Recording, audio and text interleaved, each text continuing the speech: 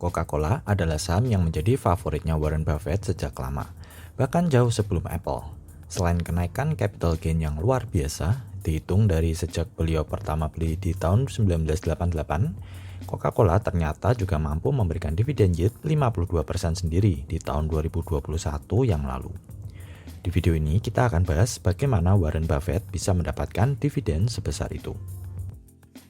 Per Maret 2022, sesuai yang dilaporkan di 13F filing, Coca-Cola merupakan saham ketiga terbesar secara market value dalam portfolionya Berkshire Hathaway atau 7,3% dari keseluruhan portfolio.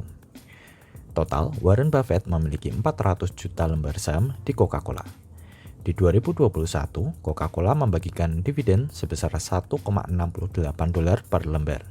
Dengan kata lain, Warren Buffett menerima dividen sebesar $672 juta di 2021 yang lalu.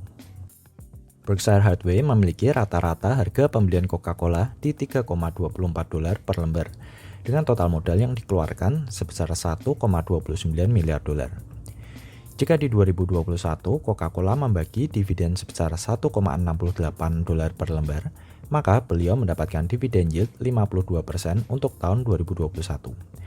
Dari dividen saja, Berkshire Hathaway mampu menggandakan investasinya di saham Coca-Cola setiap 2 tahun. Saat ini Coca-Cola berada di kisaran $60 per lembar.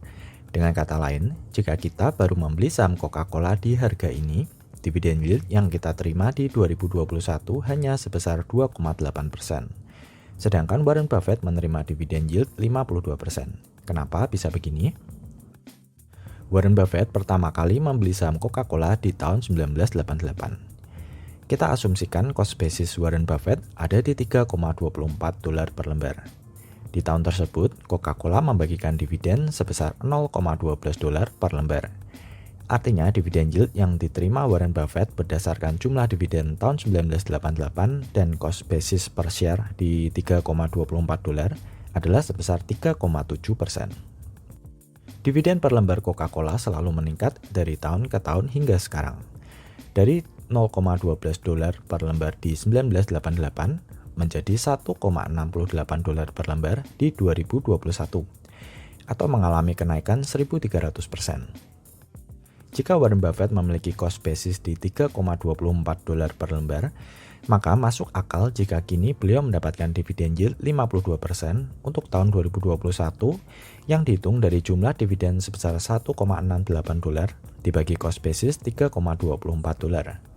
Jika di 2022 dan seterusnya Coca-Cola terus menaikkan jumlah dividennya, maka dividen yield yang akan diterima Warren Buffett akan menjadi semakin besar setiap tahunnya.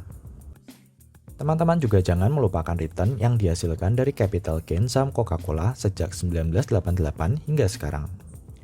Saat ini saham Coca-Cola berada di kisaran $60 per lembar. Dengan cost basis per share di $3,24, saat ini Warren Buffett sudah menghasilkan return lebih dari 1.750%. Jadi sudah dapat capital gain, Warren Buffett juga menikmati passive income 52% per tahun dari dividen. Kabar baiknya, kita sebagai investor saham kecil-kecilan ini juga bisa mengikuti jejak beliau. Di Amerika, strategi ini dinamakan DRIP atau Dividend Reinvestment Plan. Strategi ini sangat simpel karena tugas kita sebagai investor hanya perlu buy and hold saham-saham yang rutin membagi dan menaikkan dividen per lembarnya setiap tahun. Investor juga perlu melakukan reinvest dividen yang didapat untuk dibelikan lembar saham yang lebih banyak agar compounding terjadi. Kita tidak perlu ke bursa US untuk melakukan hal ini karena di IHSG juga sudah banyak saham yang membagikan dividen rutin seperti BBRI hingga Indofood. Hanya kekurangan dari saham di IHSG adalah mereka hanya membagi dividen sekali atau 2 kali setahun.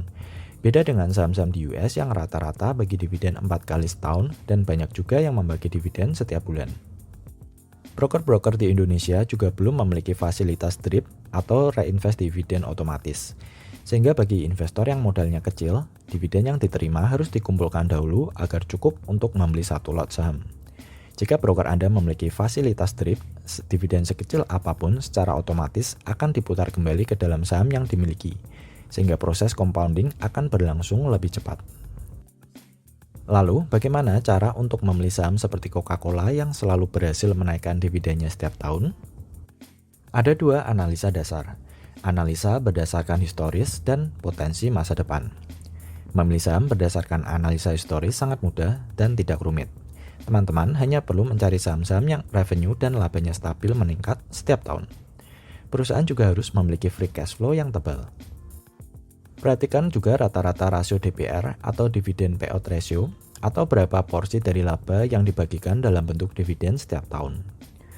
Normalnya perusahaan yang memiliki DPR di bawah 70% sudah bagus. Sedangkan perusahaan yang memiliki DPR di atas itu rawan untuk menghentikan ataupun menurunkan dividen yang dibagi. Sedangkan untuk menganalisa saham berdasarkan potensi masa depan, kita perlu melakukan research yang lebih subjektif karena masa depan tidak ada yang tahu. Hal yang paling dasar adalah dengan mengamati model bisnis dari perusahaan. Apakah bisnis perusahaan ini masih akan dibutuhkan atau tidak di masa depan? Apakah perusahaan revenue-nya bisa stabil setiap tahun atau hanya jika siklusnya sedang bagus? Selain itu, kita juga harus melakukan research pasar ke depan. Kira-kira bisnis apa yang akan selalu dibutuhkan atau bisnis apa yang di masa depan akan menjadi kebutuhan baru bagi masyarakat. Mari kita pelajari contoh kasus investasi di BBRI. Ini bukan rekomendasi ya, hanya sebagai contoh. Secara historis, BBRI berhasil rutin membagi dan terus menaikkan jumlah dividen per share dari 8,42 per lembar di 2003. Dividen kemudian terus mengalami kenaikan hingga menjadi 174,25 per lembar. Artinya dalam rentang 2003 hingga 2021, dividen BBRI mengalami kenaikan hampir 2000%. Kita anggap saja ada investor yang membeli BBRI di harga IPO di Rp875 per lembar. Jika di 2004 investor membeli BBRI 10.000 lembar, maka investor akan mendapatkan dividen sebesar Rp84.200 dengan dividen yield sebesar 0,96%.